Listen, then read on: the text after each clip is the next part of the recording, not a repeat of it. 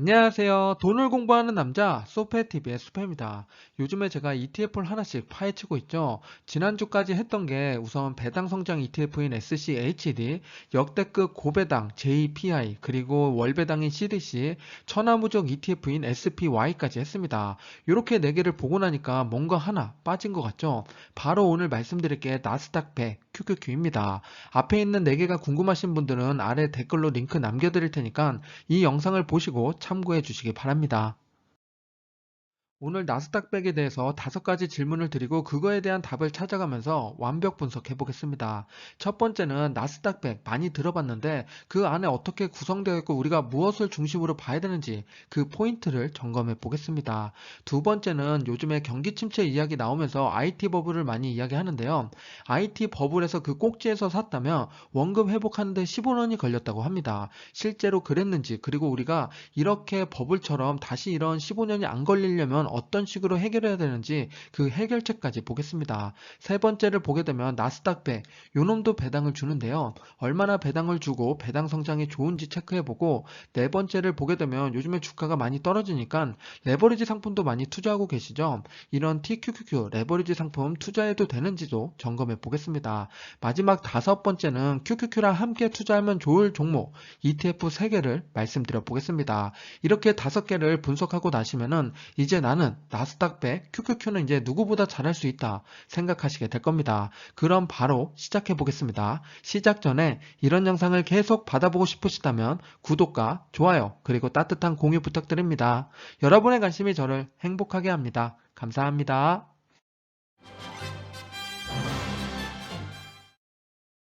나스닥백의 지금 실적을 보게 되면은 배당은 한 0.54% 주고 있고 10년간의 평균 수익률을 보면은 연평균 18.2%의 상승을 하고 있습니다. 꽤 괜찮은 성적을 내고 있죠. 나스닥백에 어떤 기업들이 있는지 보겠습니다. 나스닥백은 성장주에 투자하는 만큼 빅테크가 대부분 포진되어 있는데요. 탑10 기업을 보면 애플, 마소, 구글, 아마존, 테슬라, 메타, 엔비디아까지는 거의 부동으로 탑7이 정해졌다고 보시면 됩니다. 그 뒤에 있는 기업들이 엎치락뒤치락 하는데요. 지금 보시면 8, 9, 12에 브로드컴, 코스트코, 펩시가 있습니다. 탑10의 비중이 54%니까 요 10개의 기업이 거의 주가를 왔다 갔다 하신다고 보면 됩니다. 그러면 여기서 섹터별로 조금 더 자세히 볼게요. 나스닥백은 거의 절반이 기술주가 포진되어 있습니다. 48% 차지하고 있고 경기순환이 16.5%, 커뮤니케이션이 16.2%입니다. 이렇게 세 가지 섹터를 더하면 81%인데요. 나머지 섹터의 19%니까 우리는 이 세 가지 섹터를 잘 지켜볼 필요가 있습니다. 그리고 뒤에서 말씀드릴 건데 나스닥백이 이렇게 포커스 맞춰져 있으니까 여기에 없는 섹터를 더 더해서 투자하면 더 분산된 투자를 할 수가 있습니다. 우리가 나스닥백에 대해서 섹터를 봤으니까 미국 전체 섹터를 보면서 얼마나 비중 차이가 있는지 볼게요. 나스닥백을 보면 48%로 기술이 많다고 말씀드렸죠. 미국 전체 시장에서 기술주가 차지하는 게 22%니까 거의 2배가 넘습니다. 그만큼 기술주의 포지션이 높은 거고 상대적으로 낮은 것들을 보게 되면은 아래에 있는 금융, 에너지, 원자재, 리츠가 부족합니다. 여기서 금융이 0.9% 들어갔는데요. 우리가 알고 있는 그런 은행 기업들은 여기에 포함되어 있지 않습니다. 금융 서비스 관련된 기업들이 일부 들어간 거고 금융은 거의 없다고 보시면 됩니다. 그래서 우리는 나스닥백에 투자하면은 추가 알파로 투자하면 좋을 것들 중에 에너지, 금융, 원자재, 리츠를 생각하시면 됩니다.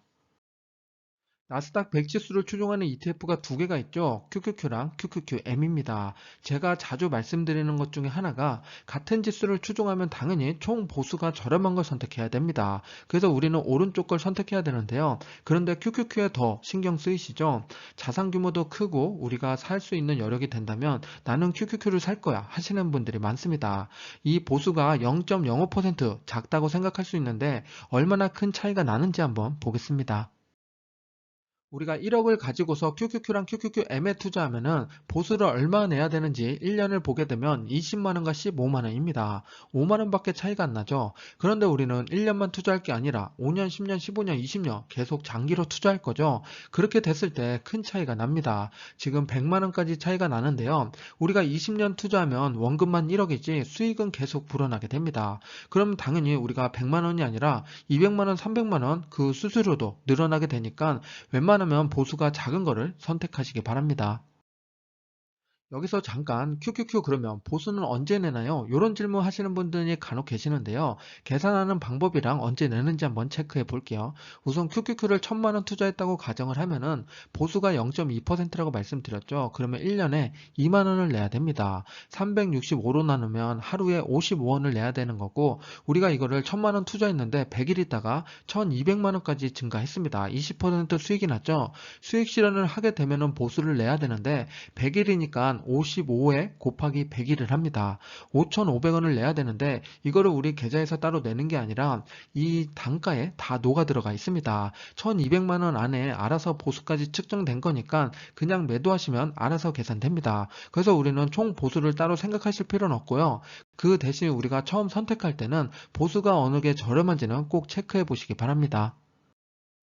한국에서 나스닥 100 지수를 추종하는 ETF가 3개가 있는데요. 타이거 킨덱스, KB스타가 있습니다. 나스닥 100 지수를 추종하니까 수익률은 동일하고 자산 규모랑 총 보수를 보시면 됩니다. 그리고 밑에 단가를 보게 되면은 타이거는 7만 원으로 상당히 높죠. 그래서 우리가 저렴하게 계속 5만 원, 10만 원씩 모아갈 거다 하시는 분들은 오른쪽에 있는 두 개 중에 고르시면 되는데 총 보수가 작은 킨덱스를 선택하시면 됩니다. 우리가 국내에서 투자하다 보면은 TI 상품이 더 좋지 않나는 질문을 가끔 받습니다. 1년간의 차트를 봤더니 우선 수익률 차이는 0.05%밖에 차이가 나지 않습니다. 왜 그러는지 말씀드려 보면은 TR이 원래 배당을 재투자해 주는 거죠. 그런데 배당 자체가 낮기 때문에 재투자하더라도 수익률에는 반영이 잘 되지 않습니다. 1년밖에 안 돼서 이런 결과가 나오는 걸 수 있는데 앞으로 2년, 3년 될수록 이 격차가 벌어지는지 계속 체크해서 한번 보겠습니다. 지금까지 말씀드린 종목을 가지고서 투자하는 방법은 세 가지가 있죠. 국내에 상장된 해외 ETF에 투자하는 국내 투자 방법이 있고, 그리고 해외에 직접 투자하는 게 있습니다. 그 두 개 아니고서 연금저축으로 투자하는 방법이 있는데요. 요거는 제가 순위를 어떻게 하면 좋다고 말씀드렸던 게 있으니까 관심 있으신 분들은 오른쪽 위에 링크를 참고해 주시기 바랍니다.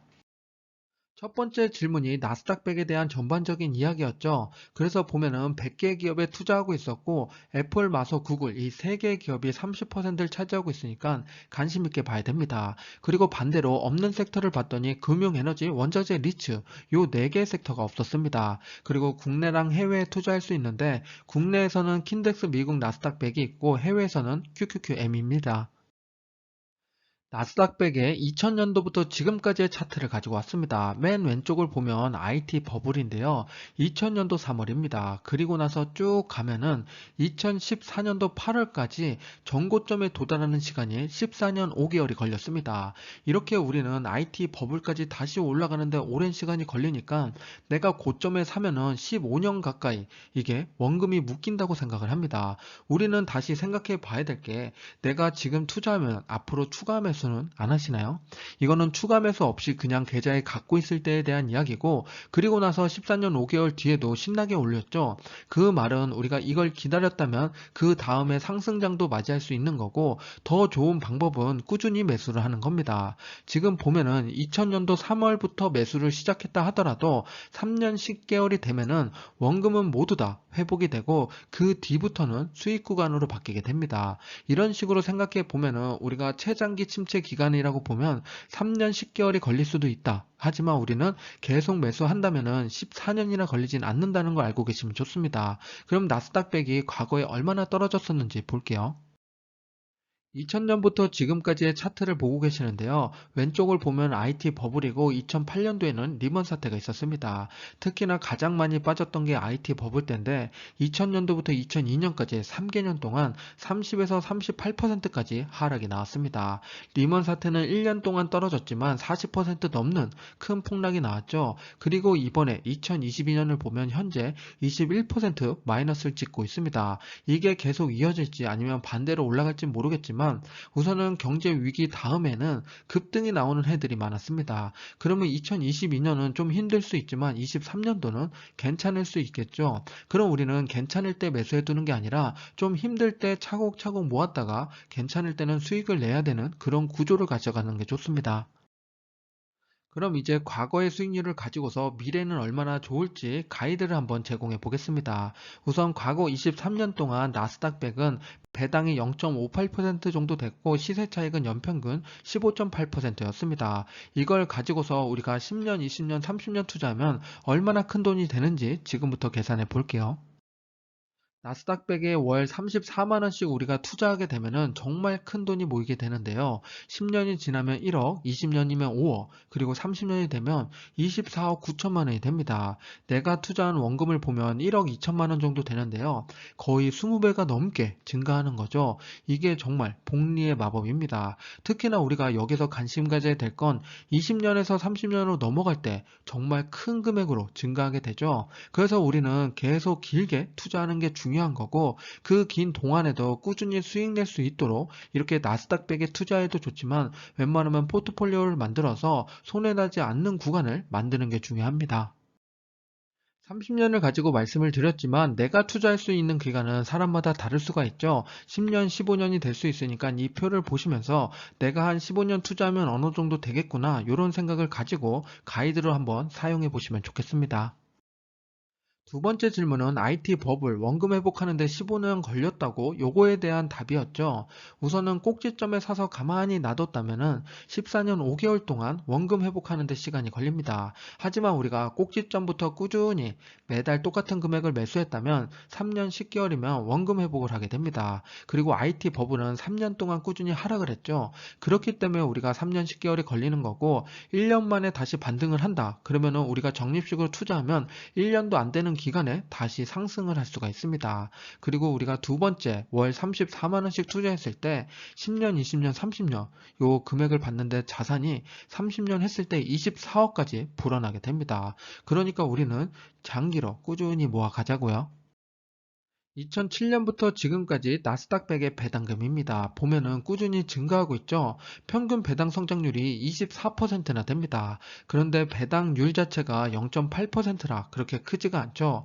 그리고 지금 이 기간 동안 두 번의 배당 컷이 있었는데요. 14년에서 15년 넘어갈 때는 24% 감축했고 20에서 21년 넘어갈 때 2.3% 배당 컷이 있었습니다. 과거 10년 동안 내가 1억을 투자했다면 해마다 얼마의 배당을 받았을지 계산을 해봤는데요. 지금 원래 분기 배당인데 보기 편하게 월 배당으로 계산을 했습니다. 2014년에 가장 많이 줬죠. 1.5%의 배당을 줬습니다. 그래서 월 12만 원 정도 받게 됐는데 지금 오른쪽 끝으로 보면 2021년 0.4%밖에 안 됩니다. 그래서 월 3만 6천 원밖에 안 되는데요. 그 말은 반대로 주가가 많이 올랐기 때문에 그런 경향이 있습니다. 이걸 평균을 내보면 월 8만 원 정도 배당이 나옵니다. 우리가 앞에서 배당 성장률을 확인했더니 20% 넘는 성장을 했죠. 그러면 우리는 여기서 성장주 속에서 숨은 배당 고수를 찾을 필요가 있습니다. 제가 두 개를 가지고 왔는데요. 첫 번째는 애플입니다. 애플을 10년 전에 우리가 투자했다면 9만 원 정도 배당이 나옵니다. 1.2%고 그리고 지금 5년씩 넘어가서 2021년까지 오면은 이게 9만 원이 아니라 45만 원까지 증가하게 됩니다. 이거는 1억을 투자했을 때에 대한 이야기인데요. 그럼 우리는 10년 동안 1.2%에 머무는 게 아니라 지금 현재 5.4%까지 배당이 증가하게 됩니다. 이래서 우리는 배당 성장 기업에 투자해야 되고 배당을 꾸준히 늘려오는지 체크를 해야 됩니다. 두 번째 기업은 마이크로소프트인데요. 과거 10년 전에 1억을 투자했다면 그때 배당이 3% 정도였습니다. 매달 25만 원씩 받을 수 있었고 그때부터 지금까지 꾸준히 가지고만 있었어도 8.3%까지 배당이 증가하게 됩니다. 그래서 매달 69만 원씩 받을 수가 있는데요. 원래 모든 기업은 분기 배당인데 보기 편하게 월로 만들어 봤습니다. 이런 식으로 더 좋은 기업을 보면은 브로드컴이 있습니다. 그래서 우리는 성장주라고 무시하면 안 되고 배당을 잘 주는지 그리고 성장하는지 체크해 볼 필요가 있습니다. 세 번째 질문은 나스닥 100의 배당에 대한 이야기였죠. QQQ가 0.5에서 0.8% 정도 배당을 주고 있고 과거 10년 기준으로 1억을 투자했다면 평균적으로 월 8만 원 정도 받을 수가 있었습니다. 그리고 14년 동안 배당 컷이 두 번 있었으니까 우리가 조심해야 됩니다. 세 번째는 성장주 속에 숨은 배당 고수였죠. 우리가 배당을 꾸준히 늘려오는 기업이라고 해서 고배당주를 많이 관심을 갖고 있는데 그거 말고 성장주에서도 이런 친구들이 있으니까 눈여겨볼 필요가 있습니다. 최근 한 달 동안 우리가 가장 많이 매수한 게 뭔가 살펴봤더니 1위가 TQQQ고 10위가 QQQ입니다. 그만큼 레버리지 상품에 사람들이 엄청나게 투자를 하고 있는데요. 이렇게 증시가 많이 떨어질 때 과연 레버리지 상품을 투자할 가치가 있는지 지금부터 보겠습니다.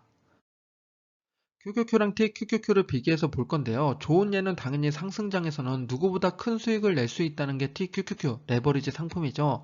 그거 말고 우리는 안 좋은 게 뭔지, 그게 나한테 맞는지 체크해 볼 필요가 있으니까 안 좋은 것만 짚고 넘어가겠습니다. 우선 우리가 둘 다 100달러씩 투자했다고 가정을 해볼게요. TQQQ는 3배 레버리지 상품이니까 수익도 3배, 손해도 3배입니다. 그럼 우선 마이너스 20% 됐다고 가정을 하면 100달러에서 QQQ는 80달러로 떨어지고 TQQQ는 40달러까지 떨어집니다. 60% 마이너스니까 이렇게 되고 다시 20% 상승을 했다. 그러면은 동일하게 올라가면 QQQ는 96달러가 되고 TQQQ는 64달러가 됩니다.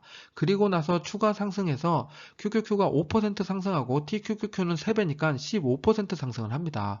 그러면 QQQ는 101달러가 되니까 내가 100달러 투자했으면 1% 상승을 하는데 TQQQ를 보면은 74달러까지밖에 상승을 못하죠. 마이너스 26%에 머물러 있습니다. 우리가 한 배짜리 일반 상품을 투자하면은 이렇게 내려갔다 올라와서 1% 수익으로 바뀌는 동안에 TQQQ는 내려왔다 올라왔지만 오히려 마이너스 폭이 커져 있는 상태입니다. 이런 식으로 레버리지 상품은 오르락 내리락 반복하면은 오히려 이렇게 안 좋을 수가 있습니다. 실제 차트를 한번 볼게요. 작년부터 지금까지의 TQQQ랑 QQQ를 가지고 왔습니다. QQQ가 4.8% 하락했으니까 3배짜리 레버리지 상품이면 14.4%가 하락해야 됩니다. 그런데 33.9% 하락을 했죠. 지금 검은색을 보면 TQQQ가 오르락 내리락 반복을 했죠. 제가 앞에서 예시를 보여드렸듯이 오르락 내리락 반복을 하게 되면 이렇게 안 좋은 결과를 나타내게 됩니다. TQQQ는 바닥에서 상승할 때 꾸준히 상승했을 때 그 모멘텀이 있을 때 3배보다 더 큰 수익을 낼 수가 있는데 그와 반대로 오르락 내리락 하거나 마이너스를 계속 갱신하게 되면 더 안 좋은 결과를 일어나게 됩니다. QQQ랑 레버리지 상품인 TQQQ를 보면은 보수에서도 차이가 크죠. QQQ는 0.2%인데 TQQQ는 0.95%나 됩니다. 저라면 당연히 왼쪽에 있는 QQQ를 선택합니다. 네 번째 질문은 레버리지 상품 TQQQ 투자할 만한가인데요. 우선은 투자 타이밍을 말씀드려보면 상승장에는 누구보다 좋은 수익률을 냅니다. 하지만 하락이랑 횡보장에서는 좋지 못하죠. 그래서 우리가 타이밍을 보고 정확히 안다면은 상승장에는 투자해도 좋습니다. 하지만 그걸 맞추기는 어렵죠. 그리고 이런 거는 우리가 큰 돈을 들어가면 절대 안 됩니다. 그리고 저는 단기로만 투자하길 권장드리고 최대한 보수적으로 접근하시길 바랍니다. 마지막 다섯 번째는 QQQ에 없는 걸 찾아서 같이 투자하면 좋을 것들 세 가지를 볼 건데요. 우선 미국 전체 시장 섹터를 보겠습니다. 기술, 금융, 헬스케어 순으로 되어 있는데 QQQ에 없는 섹터는 무엇일까요? 빨간색으로 선택한 부분이죠. 앞에서도 말씀드렸는데 금융, 에너지, 원자재, 리츠가 있습니다. 그럼 QQQ랑 함께 투자하려면 이런 섹터에 관심 가지면 되는데 세 가지 종목을 말씀드려 볼게요. 첫 번째는 QQQ에 없는 리츠 상품인데요. VNQ 부동산 리츠가 있습니다. 아래 보면 프로로직스, 아메리칸 타워, 크라운 캐슬, 그리고 이키닉스 등이 있습니다. 이런 기업을 175개 리츠 상품을 담고 있는 ETF고요. 이걸 1대1로 투자하면 당연히 밸런스가 좋은 투자가 되겠죠. 그래서 1대1로 투자했을 때 포트폴리오 운영하면 최악의 수익률, 그리고 최고의 수익률, 연평균 수익률이 얼마나 나오는지 과거 10년 데이터로 보겠습니다. 우선 최악으로 가장 많이 떨어지면 15.5%까지 하락하게 되고 최고 수익률이 좋았을 때는 34%까지 올라갑니다. 그리고 연평균 수익률은 15.1%니까 안정적인 수익률을 가져갈 수가 있습니다. 두 번째로 QQQ랑 함께 투자하면 좋은 거는 SCHD가 있는데요. 배당에 포커스 맞춘 ETF입니다. QQQ가 기술주에 포커스를 맞췄다면 SCHD는 금융이 많이 들어가 있습니다. 그리고 헬스케어랑 산업 이런 것들도 있는데요. QQQ에 없는 것들을 대부분 보완해주고 있습니다. 10년간의 데이터를 보게 되면 최악으로 많이 떨어졌던 게 13.5%, 앞에서 말씀드린 최악보다 더 높은 수익을 나타내고 있죠. 그리고 연평균 수익률도 16.9%, 1%더 높습니다.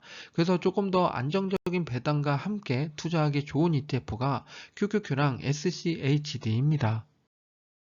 앞에 1번과 2번은 최악의 수익률이 10% 이상이 되죠. 그래서 수익률 방어, 리스크 차원에서 IAU, 금을 투자했을 때 어떻게 방어가 되는지 한번 볼게요.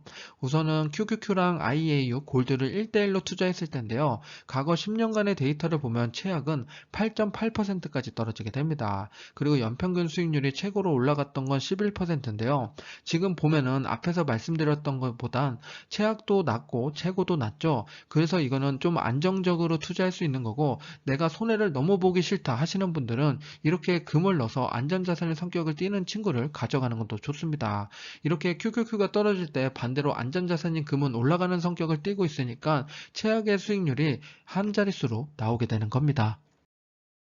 추가로 SPY랑 QQQ 중복도를 한번 체크해 볼게요. SPY가 S&P 500 지수를 추종하는 ETF니까 500개 기업에 투자하고 있는데 QQQ는 100개 기업에 투자하고 있죠. 중복되는 기업이 78개나 됩니다. 거의 대부분의 기업들이 중복되고 있고 SPY에도 애플이 있고 QQQ에도 애플이 있습니다. 그만큼 같이 담고 있는 친구들이 있는데 그럼 우리는 여기서 같이 담고 있지 않는 친구 22개의 기업을 볼 필요가 있습니다. 지금 QQQ만 투자하고 있는 기업을 보면 에어비앤비, 팔로알토, 옥타, ASML 등이 있는데요. 지금 보면 사이버 보안 관련된 기업들 그리고 혁신 기업들이 여기 포진되어 있죠. SPY에 없는데 QQQ에만 있는 이런 친구들 앞으로 성장 모멘텀을 더 많이 가져갈 거다고 생각하시는 분들은 QQQ에 더 관심 가질 필요가 있습니다.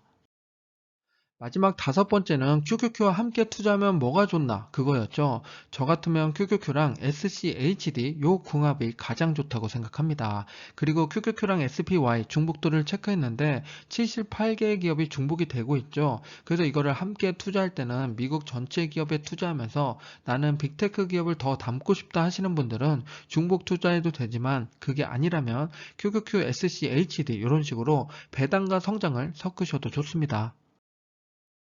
지금까지 나스닥백을 기준으로 QQQ에 어떻게 투자하면 좋을지 다양한 방면으로 체크해 봤습니다. 이제는 나스닥백 어떻게 돼 있는지 아시겠죠? 내가 투자할 때 하나의 무기로 사용해 보시기 바랍니다. 그리고 추가로 내가 알고 싶은 ETF가 있다면 아래로 댓글 남겨주시면 제가 이런 식으로 또 분석해 드리겠습니다. 지금까지 수페였습니다. 감사합니다.